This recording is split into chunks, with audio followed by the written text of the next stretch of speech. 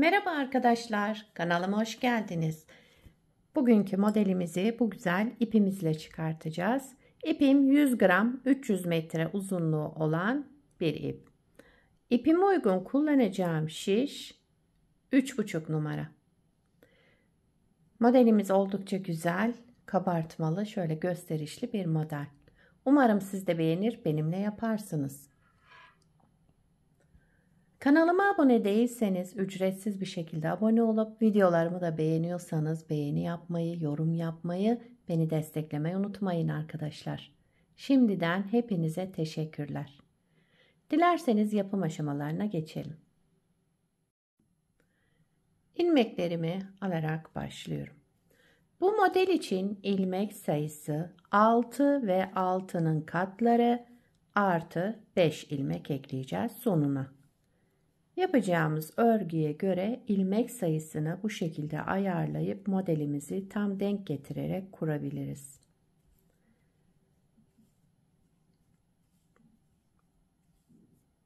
Evet, şöyle sayalım hemen.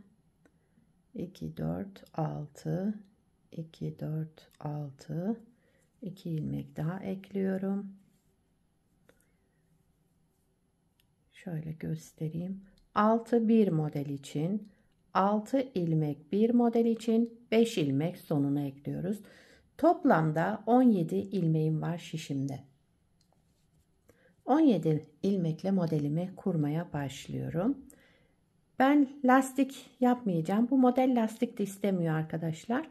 Lastiksiz istiyorsanız önce bir sıra zemin hazırlayalım şöyle. Örgümüzün arka yüzünde bütün ilmeklerimizi ters örüyorum. Ön yüzünde modeli kurmaya başlayacağız. Örgünün şu anda ters tarafındayım. Ön yüzüne geçmek için bir sıra ters olarak örüyorum.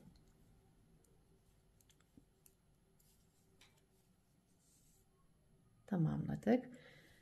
Evet. Şimdi birinci sıra ön yüzündeyiz. Birinci sıra ön yüzünde kenar ilmeğimi örmeden aldım. Bütün ilmeklerimi düz örüyorum. Bütün ilmeklerimizi düz öreceğiz. Eğer siz isterseniz lastik üzerine de başlayabilirsiniz. O zaman lastiğin ön yüzünden birinci sırayı bu şekilde kuracaksınız. Evet. Kenar ilmeğimi de ördüm. Birinci sırayı düz olarak ördük burada. İkinci sıra arka yüzüne geçtik. İkinci sıra arka yüzünde kenar ilmeğimi örmeden aldım. Daha sonra bütün 3 ilmeğimi ters örüyorum. Kenar ilmeğinden sonra 3 ilmek ters, 3 ilmek düz. 3 ters, 3 düz devam ederek ikinci sıramızı tamamlayalım.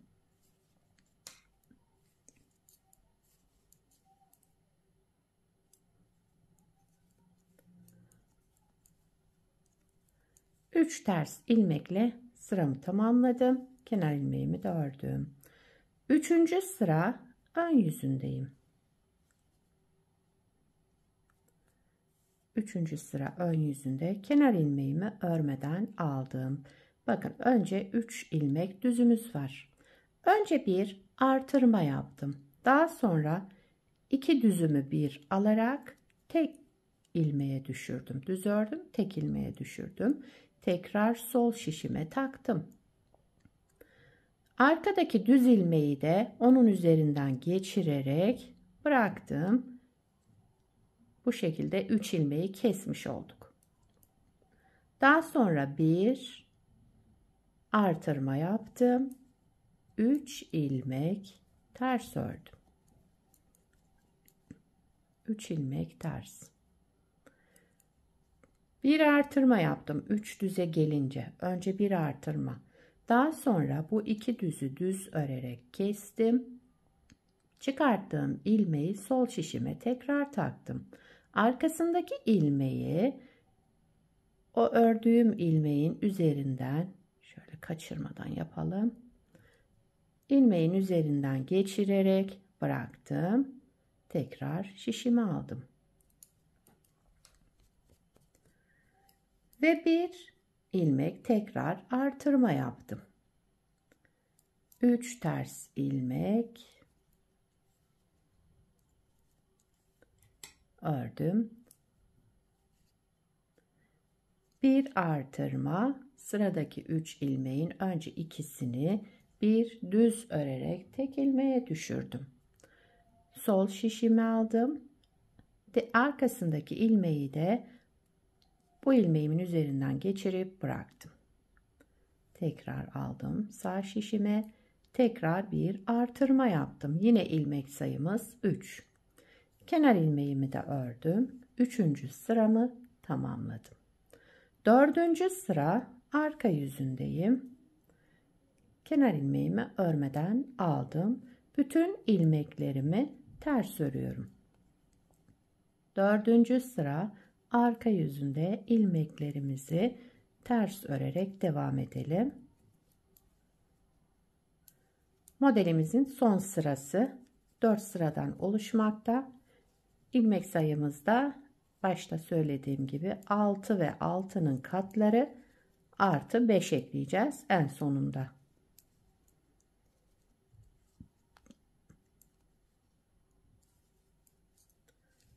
Evet.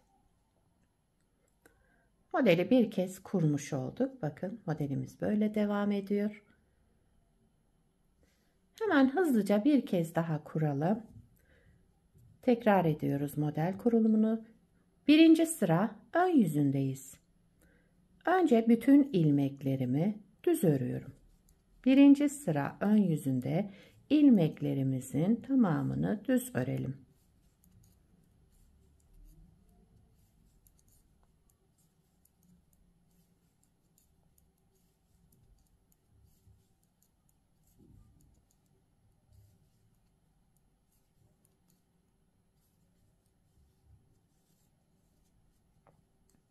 Birinci sırayı tamamladım. İkinci sıra arka yüzünde kenar ilmeğimi örmeden aldım. 3 ilmek ters, 3 ilmek ters ördüm. 3 ilmek düz.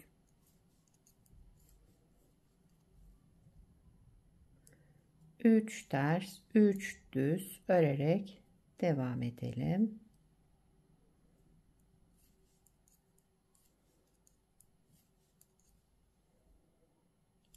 Son 3 ilmeğimi de ters olarak ördüm. Kenar ilmeğimi de düz ördüm. İkinci sıramı tamamladım. 3. sıra ön yüzündeyim.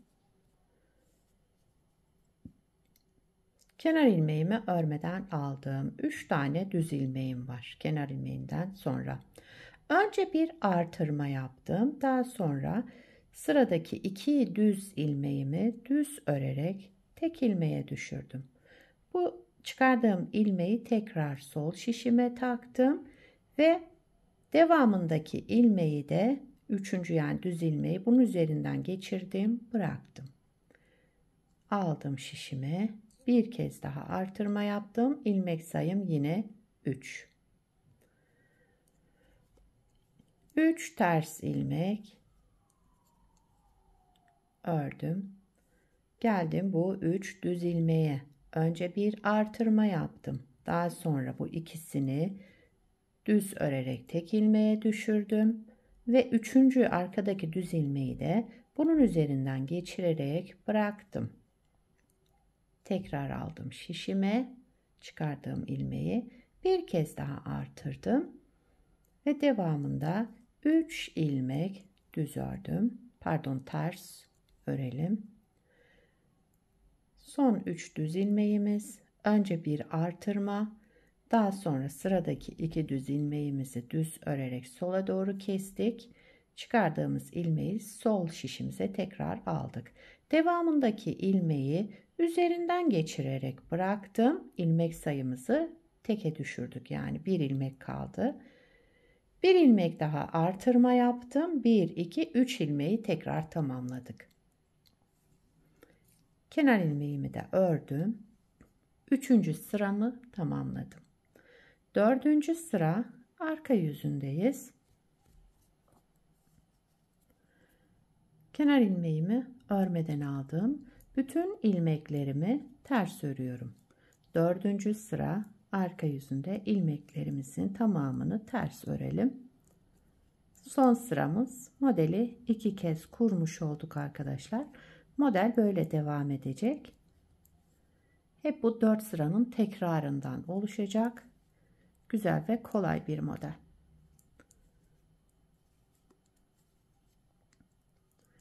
Evet, kenar ilmeğimi de ördüm.